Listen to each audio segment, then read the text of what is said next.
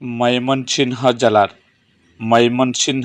জেলার ফুলবাড়িয়া উপজেলার ফুলবাড়িয়া পৌরসভার মধ্যবাজারে বৃহস্পতিবার 14/5/2026 বিকেলে মোবাইল কোর্ট পরিচালনা করা হয়।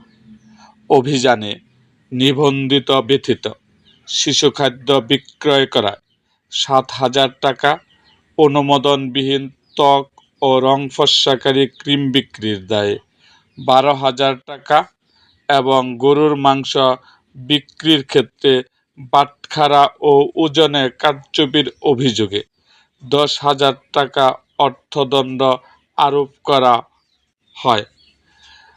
প্রশাসন জানায়, জনস্বার্থে এ ধরনের অভিযান অব্যাহত থাকবে। এরকম আরও ভিডিও পেতে এবং রাজনৈতিক অঙ্গনের নানা ঘটনা ও ইতিহাস জানতে আমাদের মুক্তাগাছার ইতিহাস মিডিয়া ইউটিউব চ্যানেলটিকে সাবস্ক্রাইব করুন এবং পাশে থাকা বেল আইকনটি বাজিয়ে দিন।